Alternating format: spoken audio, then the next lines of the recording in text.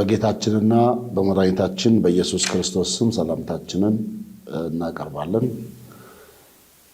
ከዚህ በማስቀጠል በቅርቡ በወንጌል አማኝ እምነት ተከታዮች ላይ በጅማ ዞን እንዲሁም በሶማሌ ክልልና አፋር ክልል የደረሱ ስደቶችን አስመልክቶ ያዘጋጀነውን መግለጫ በጽሁፍ እናቀርባለን። በኢፌዴሪ ሕገ መንግሥት አንቀጽ 27 1 መሰረት ማንኛውም ሰው የማሰብ የህሊናና የሃይማኖት ነፃነት አለው። ይህ መብት ማንኛውም ሰው የመረጠውን ሃይማኖት ወይም እምነት የመያዝ ወይም የመቀበል ሃይማኖቱንና እምነቱን ብቻ ወይም ከሌሎች ጋር በመሆን በይፋ ወይም በግል የማምለክ፣ የመከተል፣ የመተግበር፣ የማስተማር ወይም የመግለጽ መብትን ያካትታል በሚለው መሰረት በአንቀጽ 27 ቁጥር 3 ላይ ማንኛውም ሰው የሚፈልገውን እምነት ለመያዝ ያለውን ነፃነት በኃይል ወይም በሌላ ሁኔታ ለማስገደድ፣ መገደብ ወይም መከልከል አይቻልም ይላል። ይህ የሕገ መንግሥት ድንጋጌ ለሁሉም የሃይማኖት ተቋማት በእኩል የሚሰራ ሲሆን አንዱ የሃይማኖት ተቋም የሌላውን የሃይማኖት ተቋም መብትና ነፃነት ሳይነካ የራሱን እምነት ብቻ በተፈቀደለት ልክ ሊያምንና ሊያስፋፋ ይችላል።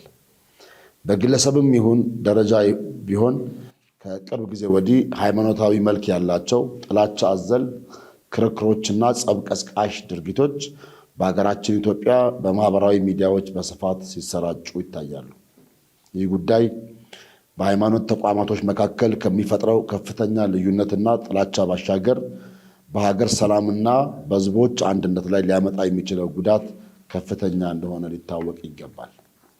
ከዚሁ ጋር ተያይዞ የኢትዮጵያ ወንጌል አማኞች አብያተ ክርስቲያናት ካውንስል መስራች አባል በሆኑት በኢትዮጵያ ወንጌላዊት ቤተክርስቲያን መካነ ኢየሱስ መዋቅር ስር በጅማ ዞን ሰንጠማ ወረዳ ጋትራ ከተማ የምትገኘው ማህበረ ምዕመናን ላይ ለእምነታችን ጥላቻ ባላቸው ግለሰቦች ምክንያት ምዕመናን ከፍተኛ ድብደባ ተደርጎባቸው በሕክምና ላይ የሚገኙ ሲሆን የጸሎት ቤቱንም አቃጥለውታል።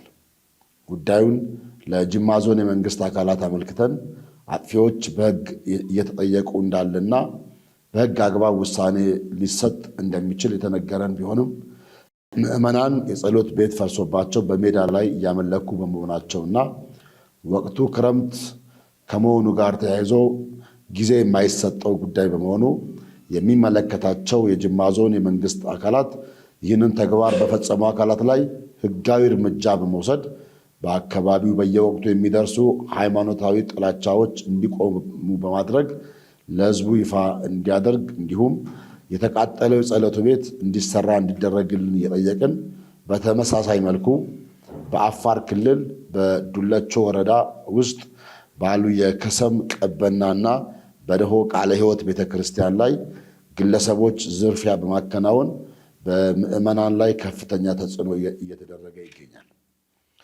እንዲሁም በሶማሌ ክልል በቦምባስ ከተማ በሚገኙ ምዕመናን ላይ ከፍተኛ ድብደባ ተደርጎባቸው ወደ እስር ቤት የተላኩ ሲሆን ይህ መግለጫ እስከተሰጠበት ሰዓት ድረስ በጅጅጋ ከተማ 4 ምዕመናን፣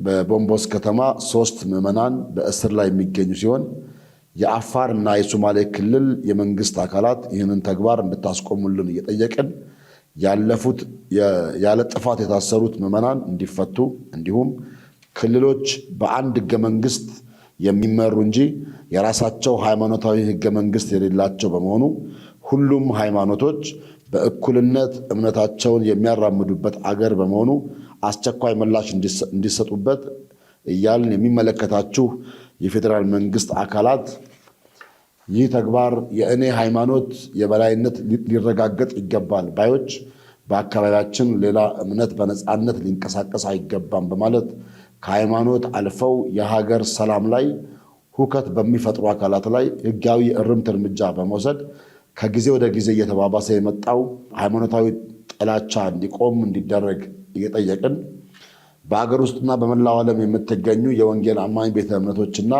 የካውንስሉ መዋቅሮች እንደዚህ አይነት ጉዳዮች በሚፈጠሩበት ወቅት ያለ አንዳች መደናገጥና የጥላቻ ምላሽ ባለመስጠት ፍጹም ሰላማዊና መጽሐፍ ቅዱሳዊ በሆነ መንገድ ብቻ ድምፃችሁን ለሚመለከታቸው አካላት በመረጃ በማስደገፍ እንድታሰሙ እየጠየቅን ወንጌል በስደት ውስጥ አልፎ እዚህ ለመድረሱ እናንተው ምስክሮች ስለሆናችሁ ስደት የወንጌል አገልግሎት አንዱ ባህሪ በመሆኑ አገልግሎታችሁን በፍጹም ደስታና ሰላም እንድታከናወኑ መልእክታችንን እናስተላልፋለን።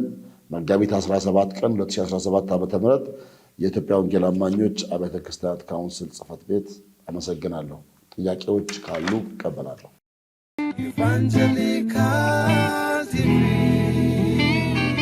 የወንጌል አማኞች ድምፅ። የመጀመሪያው ጥያቄ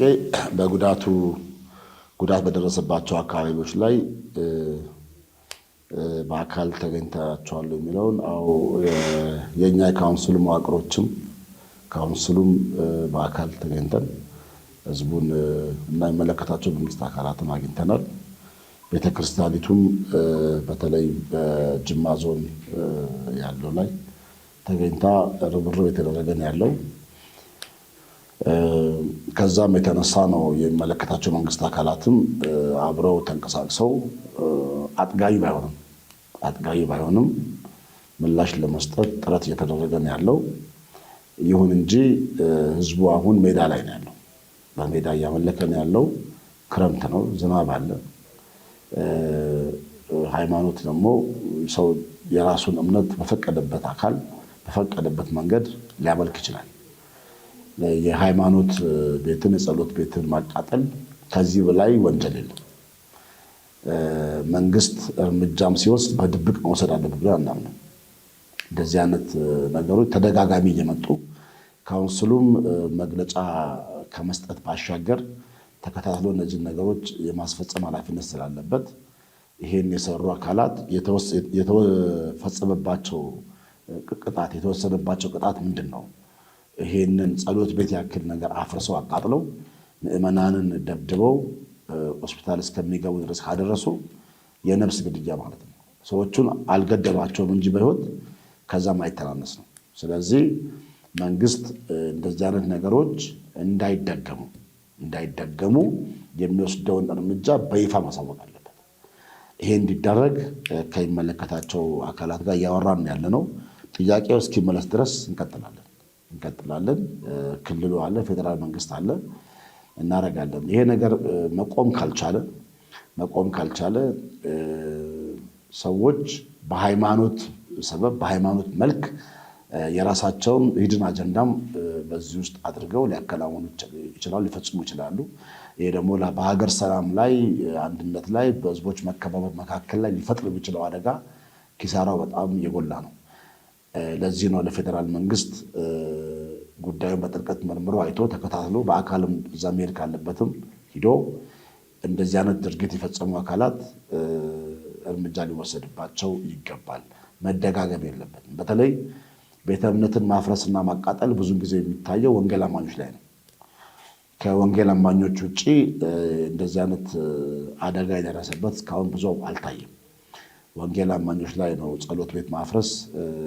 በቅርቡም እንደዚሁ ኢሉባቦር አካባቢ አንድ ጸሎት ቤት እንደዚሁ ማፍረስ ማቃጠል አድርገው ሰዎቹንም ጎድተዋቸዋል። የዞኑ አስተዳዳሪ የወሰደውን እርምጃ አላሳወቀንም። እዛ ላይ ጥንቃቄ ቢደረግ፣ እዛ ላይ ቢሰጥ መግለጫ የሆነ አይደገምም። ስለዚህ የሚዲያ አካላት እዚህ ያላችሁም ምናልባት ይሄ መልእክት የሚደርሳችሁ በሀገር ውስጥ በመላው ዓለም የምትገኙ ማህበራዊ ሚዲያ ላይ በተለይ የምትሰሩ ይሄ መልእክት ለሚመለከታቸው መንግስት አካል ደርሶ ውሳኔ እስኪያገኝ ድረስ ጥያቄው በተለያየ መንገድ መቆም የለበትም። መሄድ ያለበት የሚዲያ አካልም እስከ ቦታው ድረስ በመሄድ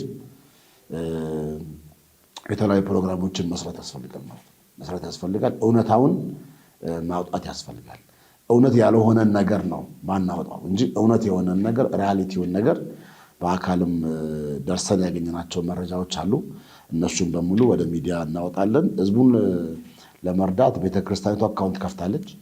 በዛው መሰረት ሁላችሁም ሚዲያ አካላት በሀገር ውስጥ በመላው ዓለም የሚገኙ ቅዱሳን እንዲተባበሩ በተዘጋጀው አካውንት ውስጥ ድጋፍ በማድረግ የጸሎት ቤቱን የተሻለ አድርገን መገንባት እንድንችል። ይሄ ማለት አጥፊዎች የሚጠበቅባቸውን አያደርጉም ማለት አይደለም። መስራት ያለባቸው ይሰሩታል እነሱ። ግን ምዕመኑ ደግሞ ተባብሮ እንደ ስደት ባለበት አካባቢ ላይ ድጋፍ በማድረግ የተሻለ ነገር መደረግ አለበት ብለን ስለምናምን በተከፈተው አካውንት የኢትዮጵያ ወንጌላዊት ቤተክርስቲያን መካነ ኢየሱስ ራሱ ያዘጋጀው አካውንት አለ። በዛ ላይ ድጋፍ ቢደረግ የተሻለ ነው። በጥብቅ የምናስተላልፈው መልእክት የአንድ ሰሞን ኢሹ እንዳይሆን፣ እንዲህ አይነት ነገሮች ምላሽ እስኪያገኝ ድረስ የሚዲያ ዘመቻ መኖር አለበት። ቻለንጅ መደረግ አለበት። መንግስት እርምጃ መውሰድ አለበት። አጥፊ በህግ መጠየቅ አለበት። ስለዚህ ቀላል ቁጥር አይደለም። በወንጌል አማኞች ያለው ድምፅ ለማሰማት የሚያንስ ቁጥር አይደለም ያለን። ስለዚህ ምላሽ እስክናገኝ ድረስ እንቀጥላለን ማለት ነው።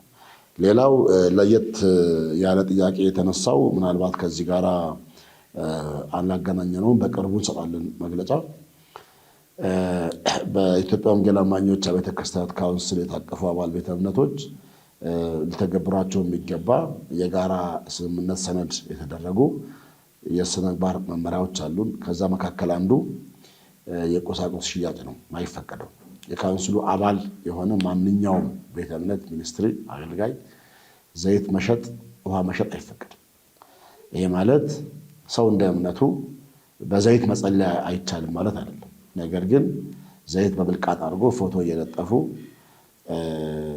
እንደ ችርቻሮ አይነት ንግድ ያለው ፈጽሞ ከመጽሐፍ ቅዱስ አስተምሮ ያፈነገጠ የዘይት ሽያጮች ከቅርብ ጊዜ ወዲህ እንደገና እያገረሹ እየተበራከቱ እንደመጡ ይታወቃል። ምዕመናንም ከዚህ ነገር መጠበቅ አለባቸው። ለምንድን ነው ምዕመናን የሚገዙት? ቤተ እምነቶችን ማስተማር አለባቸው። ኖርማሊ ዘይት የሚሸጡትን ሰዎች ማገድ፣ መቃወም፣ ማስቆም የካውንስል ኃላፊነት ነው። በተለያየ አጋጣሚ አዲስ አበባ የሚሆን ከአዲስ አበባ ውጭ ያሉ የካውንስሉ አባላት ዘይት መሸጥ እንደማይችሉ ከዚህ ቀደም ነግረናል።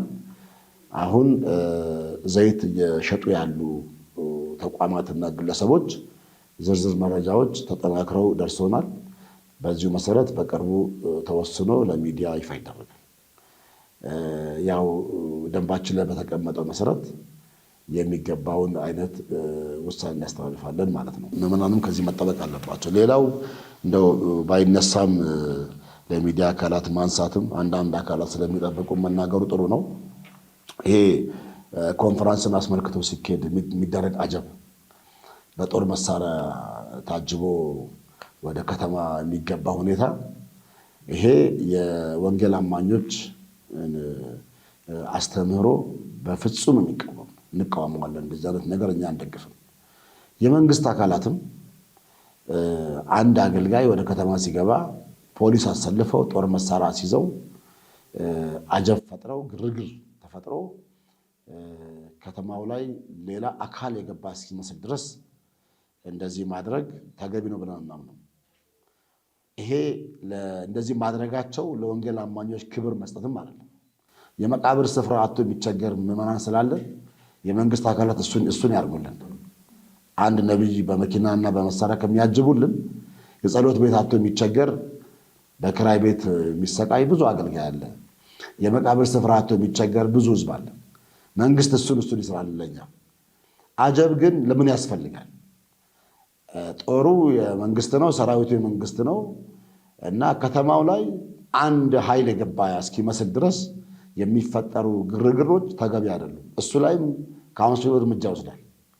እንደዚህ የሚያደርጉ አገልጋዮች፣ የተለያየ ስያሜ ያላቸው አገልጋዮች ሊታረሙ ይገባል ብለን በጥብቅ ነው እኛ ይሄን የምንቃወመው። ፈጽሞ የወንጌል አማኞች ኢሜጅም አይደለም፣ መጽሐፍ ቅዱሳዊም አይደለም። ምንድን ነው ትርጉሙ? በመሳሪያ ታጅቦ በዛ ሁሉ ግርግር ወደ አንድ ከተማ መግባት ምንድን ነው ትርጉሙ? መጽሐፍ ቅዱሳዊ ቤኔፊቱ ቫሊዩ ምንድን ነው? እሱ ነው ትርጉም አልባ ነው ለኛ።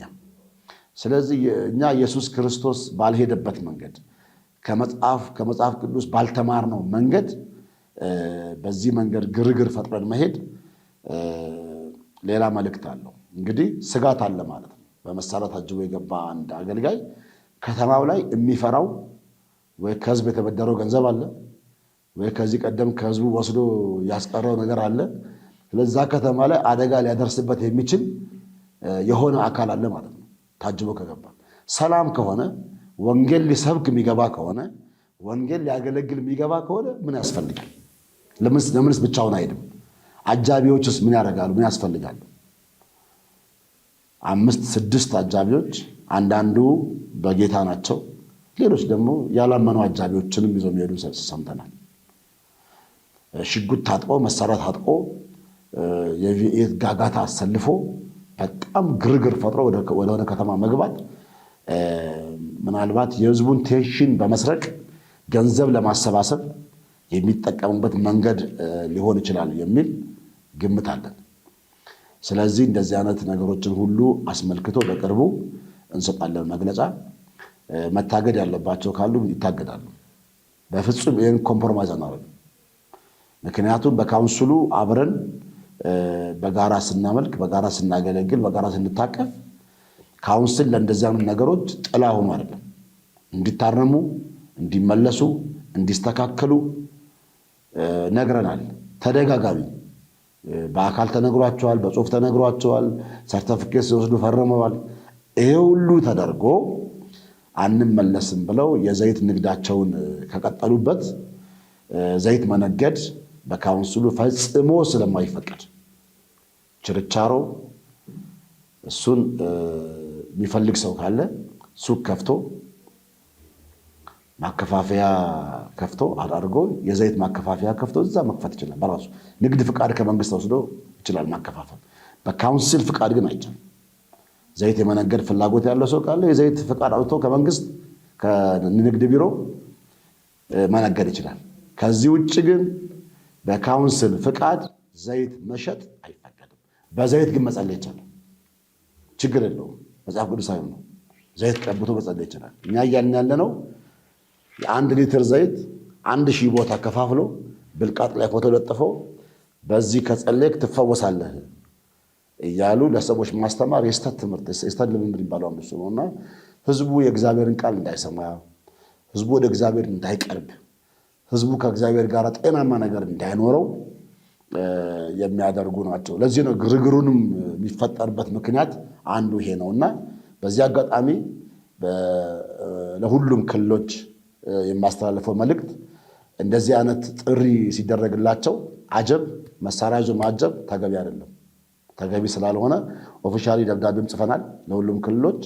ይሄ ነገር ቢጠየቁም እንኳን የመንግስት አካላት እና በተለይ ሴኩሪቲ አካላት ከዚህ ነገር ትንሽ ጠበቅ ቢሉ። ኮንፈረንስ ከተካሄደ ሰው ከፍተኛ መገፋፋት ስላለ ሰው እየፈተሹ ሊያስገቡ እሱ ይጠበቅ ይችላል። እኛ ያለነው እሱን አይደለም ምን ያለነው። አንድ አገልጋይ ሲገባ ግን ለአገልጋዩ አቀባበል ለማድረግ 6-7 ፓትሮል መሳሪያ ይዞ አገልጋዩ መሃል አድርጎ የሚደረገው አጀብ ይሄ ከኛ አስተምሮ ውጭ ነው። አይፈቅድም። የኛ አስተምሮ ስለማይፈቅድ ይሄንን ነገር እንዲያቆሙ ሲጠየቁም እነሱ ኖ እንዲሉ በዚህ አጋጣሚ ለነሱ መልእክት አስተላልፋለሁ። ዘይት የምትሸጡ አገልጋዮችም አቆሙ፣ አትሽጡ፣ በዘይት ግን ጸልዩ። ሊስት አድርገናል። እዚህ ውስጥ ያሉትን አገልጋዮች በቅርቡ ይፋ እናደርጋለን። አመሰግናለሁ።